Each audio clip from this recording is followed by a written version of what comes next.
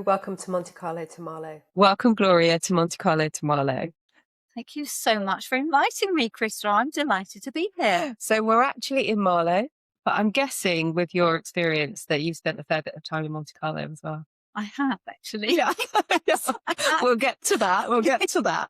But we're going to start. I love that you already at age 11 knew that there was something different about you from everyone that you were in your class with. You were kind of communicating that to your parents. Let's start off with young Gloria at age 11. What was in your mind? Age 11. I was always accused at school by the teachers of being a daydreamer.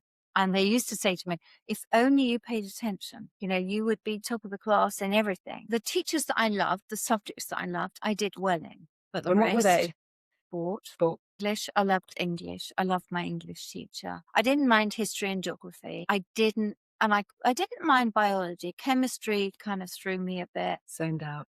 I zoned out a bit. Well, I did enjoy using what was it called? Bunsen burner. I thought that was quite cool. The Jeopardy across the a bench. bit dangerous, Yeah. and that's probably why I liked it. Yeah. This tag of being a daydreamer kind of stayed with me, I suppose, and it must have resonated with me at a certain level, because then I suppose I became aware of it. So, age 11, I thought, right, I'm not going to do what everyone else does. I want to fly. I want to be one of those stewardesses that fly around the world. Because I want to see the world. How else am I going to do it? So I'm going to work towards this. So my mum and dad, in desperation, sent me to a private school to finish my schooling in Maidenhead. Mum took me to elocution lessons because she wanted me to speak properly. Bless her. And so I went to this school in Maidenhead. I went to the secretarial college. I did the shorthand and typing that we all did in those days. Yes, everyone had to learn. And I got it. Exactly. And I liked it. I mean, I was quite good at it, and I liked it. So my first job, because I made sure I started work at Heathrow Airport. I prepared myself. So my first job was working in a typing pool for the British Airports Authority. So that got me to Heathrow Airport. I stayed there for about a year. Then a job came up at Lufthansa. So I was a junior secretary with Lufthansa for about 3 years. And I learned a great deal from doing that. I'm already picturing you in Mad Men.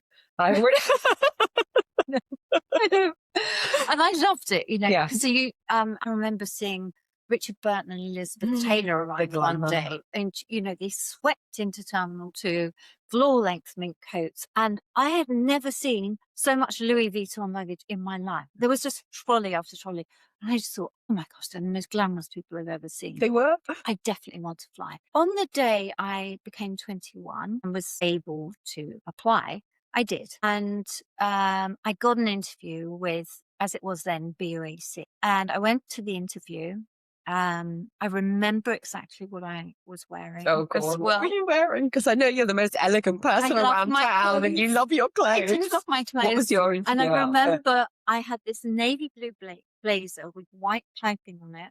I had a navy, yellow, and off-white full skirt, and might have even had white tights or something like that. I think they might have been the go then. I can't remember what shoes I was wearing. Anyway, it was an all-day interview, and lots of different things went on. A week later, I got the letter, and I got in. Amazing.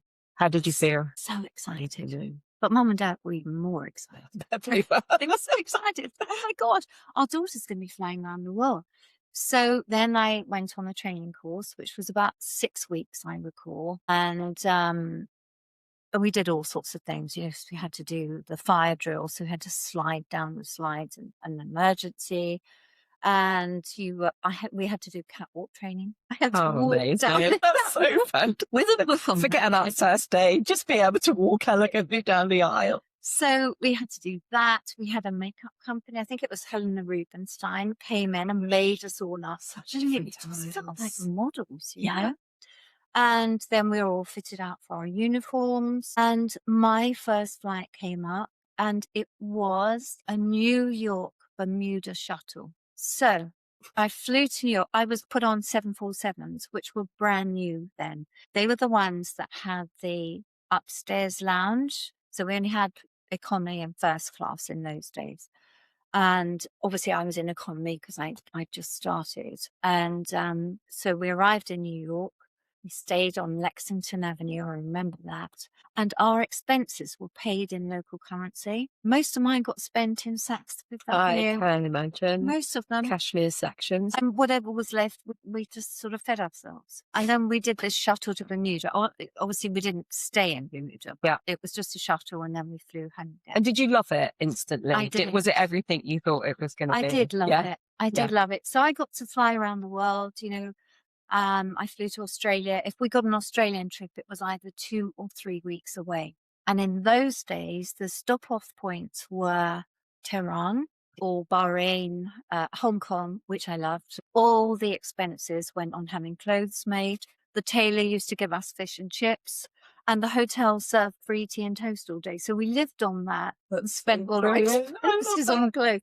So I had a ball. I loved it. I did it for 2 or 3 years. I didn't do it, you know, I didn't want to make a long-term career out of it, but I learned so much from it. And I saw all sorts of places that I would never have otherwise seen.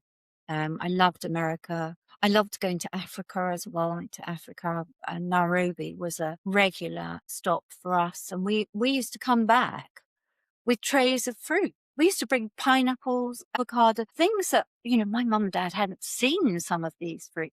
And we were allowed to bring all that stuff back. Incredible. It was incredible, actually. So you did love that so much, but what made you know that this wasn't something that you wanted to do for that much longer? What else was sort of in front of you that pulled you away? I don't think I knew at that time, but I just knew that it wasn't going to be something that I wanted to do forevermore. I did it really because I just wanted to see the world. Yeah. And once I'd been on all the routes and stuff, I just thought, and actually, I was pulled back because I got married. Yeah. I met someone in Marlow and I got married to him, and he didn't really want me to continue flying. So I got a job as a secretary in Hatton, I think it was. And I remember sitting at my desk one day and I thought, I am so bored in this. Watching the planes go over. So bored. This is not for me. No. And I don't know where it came from, but it suddenly came to me.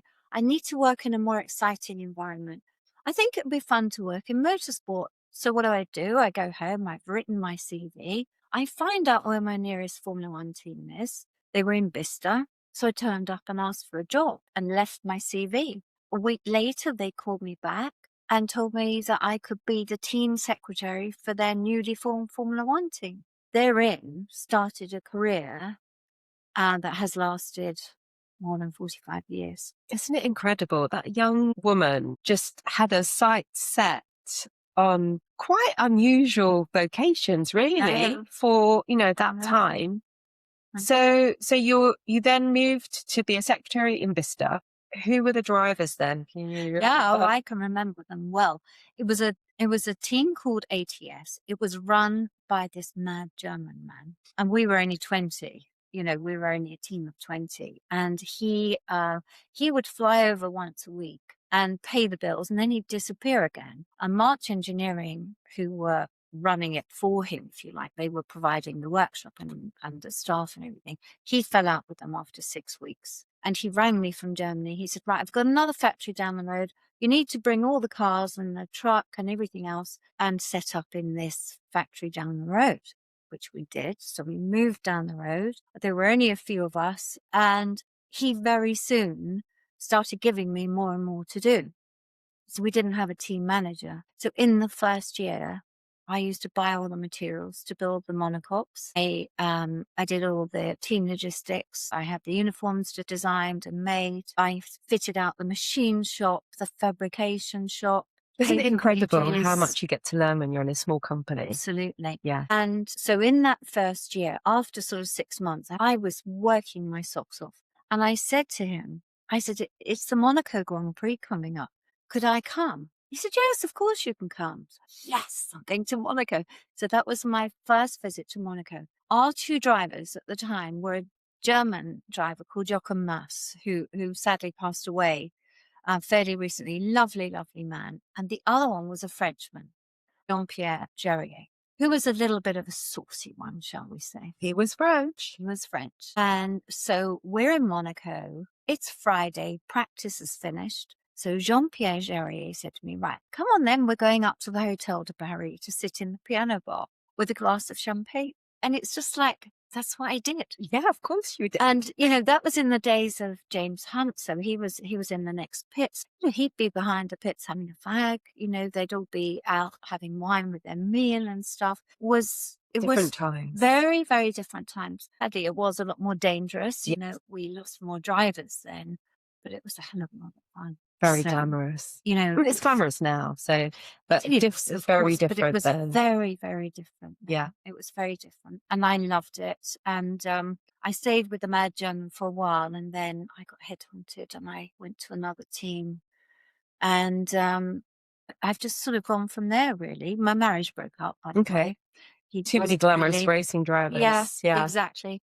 And so I went to work for a newly formed team called Tolman Racing, which was also really good, but it was much more structured. Mm-hmm. So I had a more structured role there. And they went into Formula One with the great Ayrton Senna. I left around that time because I'd met someone else by then, and I ended up marrying him, an Australian guy, and we ran our own team from Silverstone. Oh, wow. So we ran Formula 3, Formula 2, and then we went into sports car racing. So we did Le Mans 24-hour races. And what was your role then when you say you set up? How were you working? Because you'd obviously started from the ground up, really. Yeah, I had. And you'd learned so much. I had. So, I wasn't getting involved. I didn't have to get involved so much in the workshop and stuff like that, but I was still doing logistics, the logistics, all the logistics, which are quite involved, with travel, with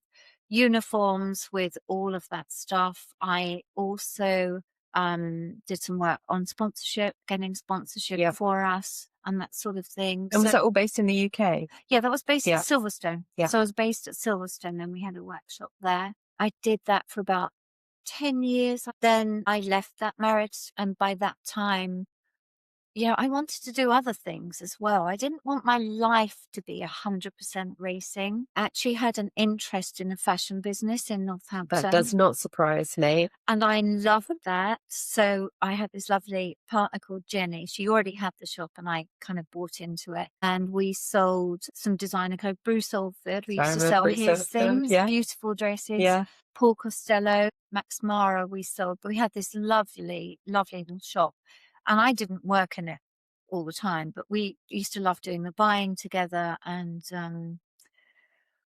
it was great fun. Fashion business was really fun then. It was really fun then. And Bruce Oldfield is such a lovely man. And I remember him inviting us to take a table at his Bernardo's ball one year. I think it was at the Grosvenor House. And we said, yes, we'll take a table. I mean, it cost a fortune, this table, but what a night. And he made us both a dress for the occasion, so we could choose from what to wear. And the Prince and Princess of Wales were there. And there were Hollywood stars. I mean, it was just incredible. But actually, I think the highlight of the evening for me was Jennifer Saunders and Donna French were there. And there was a catwalk show with Jerry Hall, and the other model at the time was Marie Helbig. Yeah. Well, Jennifer Saunders and Dawn French followed them down the catwalk. Was it kind of ad fab time? Yeah. Yeah, totally. And it was just one of the most memorable evenings of my life.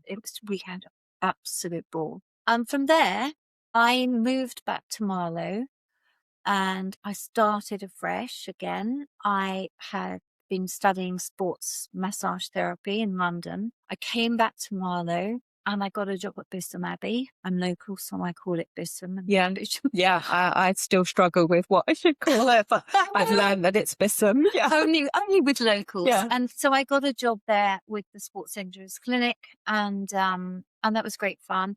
From there, I started working with some of our elite tennis players, because the LTA had a big presence there, they still do. Yeah.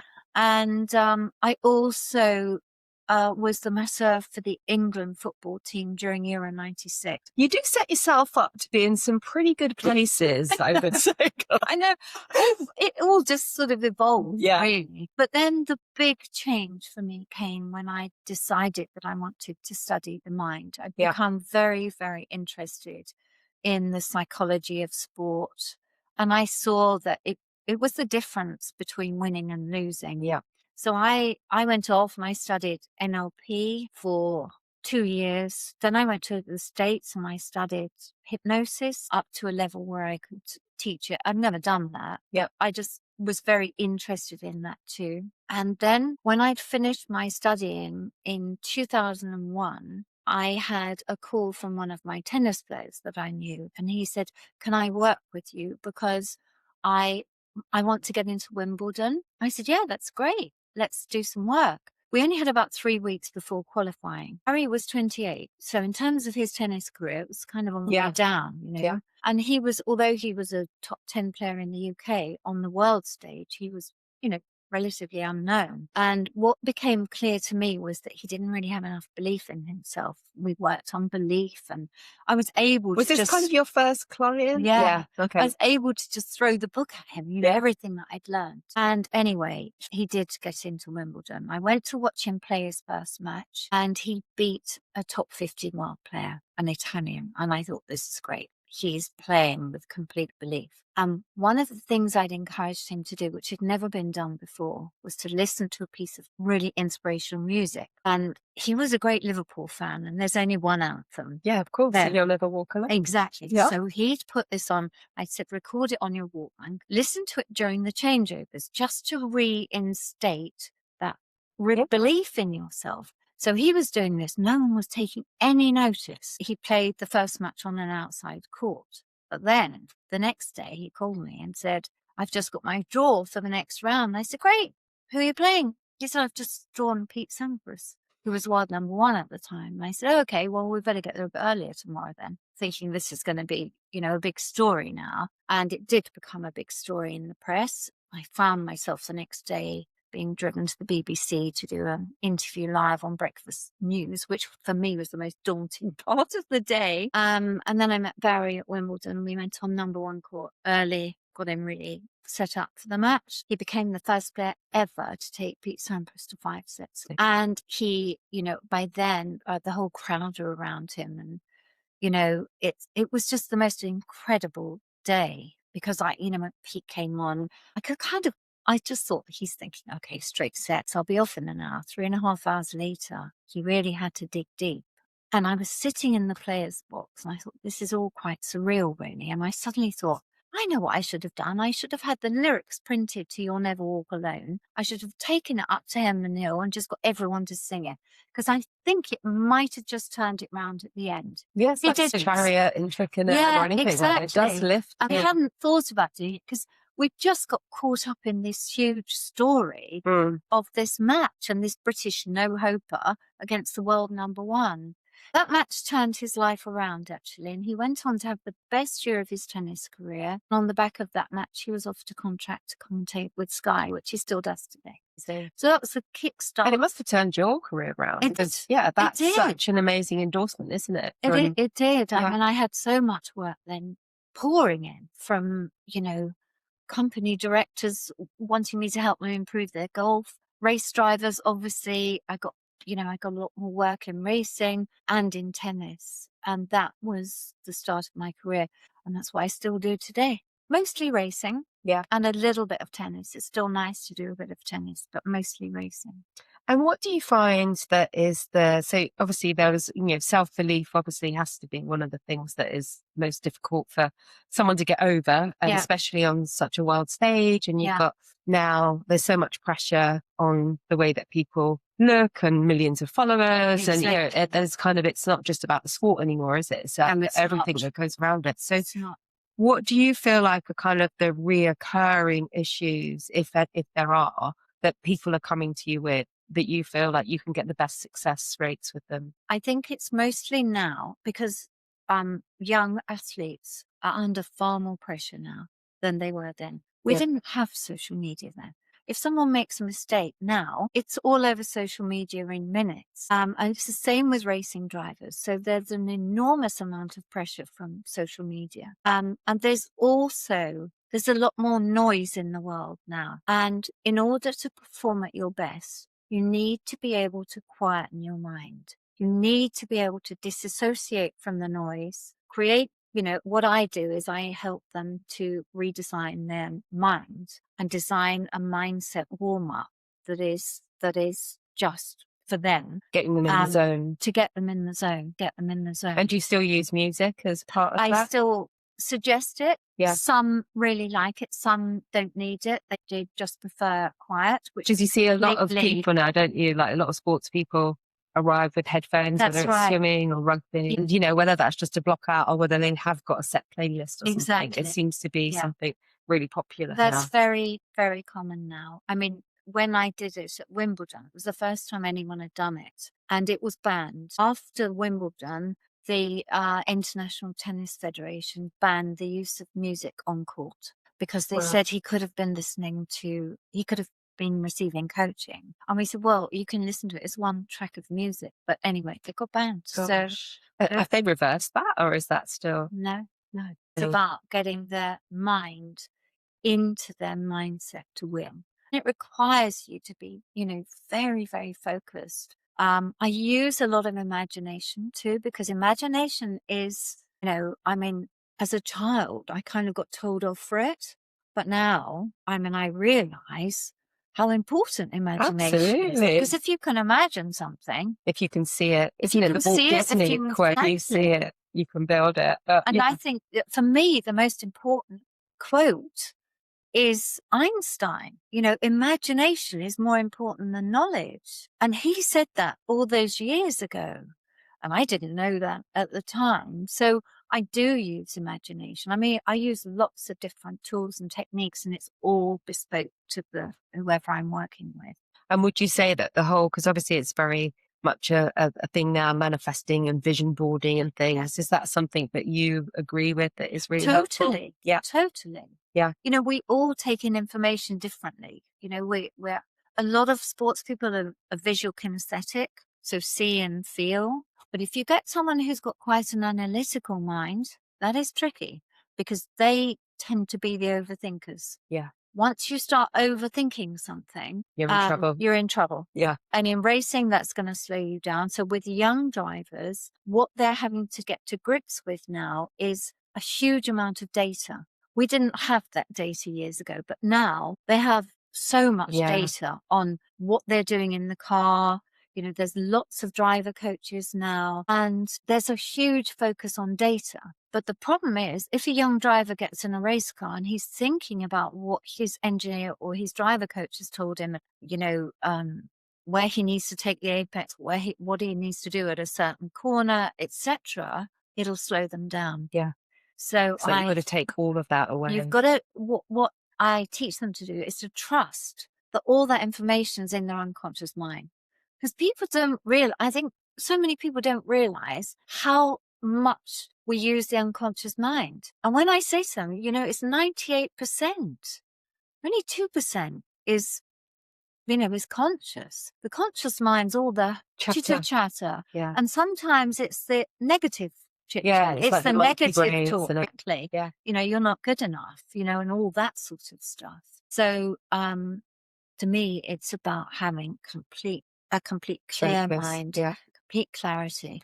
And the other thing that's really important these days is to use a scientific breath pattern, because that is guaranteed to control your internal physiology. Breathing is so important, isn't it? Really, really even, all of us, isn't it? But you feel anxious. Best thing I feel I can do is just to listen to my breath and slow my breath down.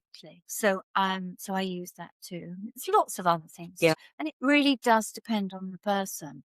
And it's interesting because the year after I worked with Barry at Wimbledon, I was working with a young female tennis player. I was just about to talk to you about the difference between male and female thinking. And she got into Wimbledon as well. Not only that, she drew Venus Williams first round. I thought, oh gosh, here we go again. Jane's a lovely girl. I think she's still coaching now. And I had to think out of the box with this one because the likelihood of her beating Venus was Yeah, it's very, quite very difficult small. to give unrealistic. So yes, exactly. Yeah. So I sort of focused on obviously building her confidence. I also focused on how she looked and how she felt. So we made sure she had the latest kit from Adidas. I had a top London hairdresser come and do her hair on the day. So I focused on that quite a lot whilst building her confidence and trying to be realistic about everything, and also focusing on the fact that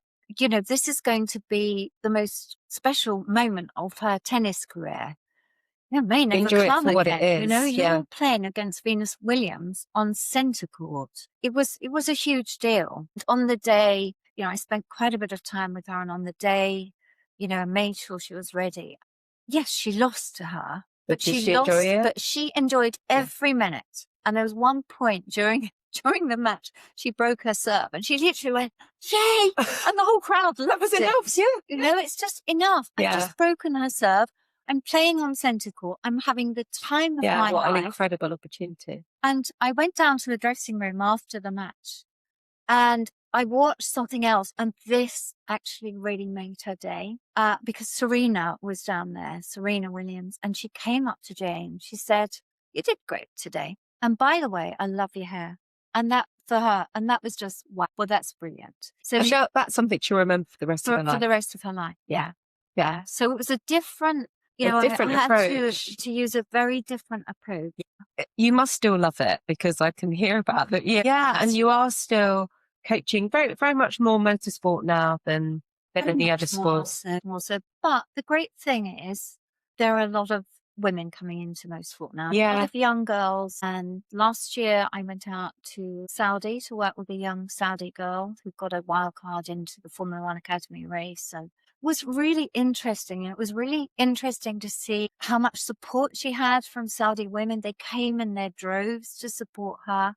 And it was great. So things are changing. Yeah. I recorded a podcast with Nancy Heslin, who's written 100 Years of Women in Motorsport. And she's based in Monaco, and she'd done a panel with Susie Wolf over there. And Nancy went into looking at all these amazing, influential women in that 100 years. Yeah, exactly. And there is so much more going on for women now in that sport, which is brilliant. And I think there are a lot more female fans of the sport than there ever were before. And doesn't hurt with the young, handsome, cute drivers. No, my that's 16-year-old niece loves Formula One. And we always say, "Oh, we know what." No, it's the cars. It's the car. I don't know if it might be London or it's kind of so amazing. I could sit and chat to you for ages about everything.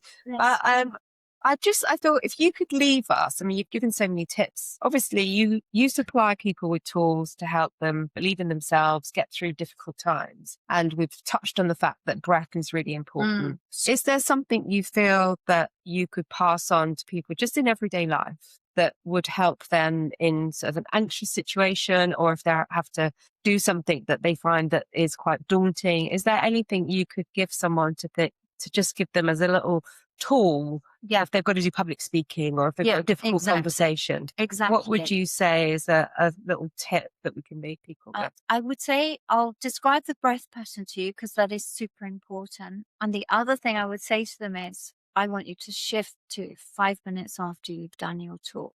How are you going to feel? And work back from there. The breath pattern, this is an interesting breath pattern. It doesn't come from the gut, it comes from the heart. So you place your hand on your heart and so it's a rhythmic breath.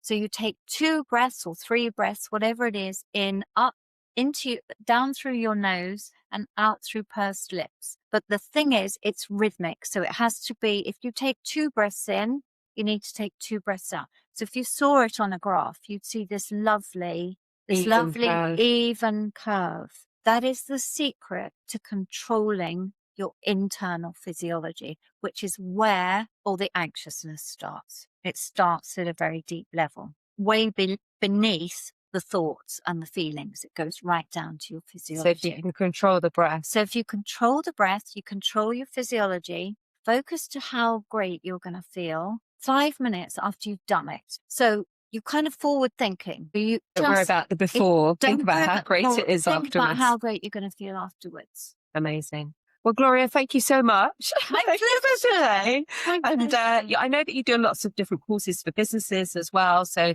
we'll link, if there's anything coming up, we'll link to anything as well in the show notes. Absolutely. Absolutely. Yeah. Thanks so much, Gloria. You're welcome.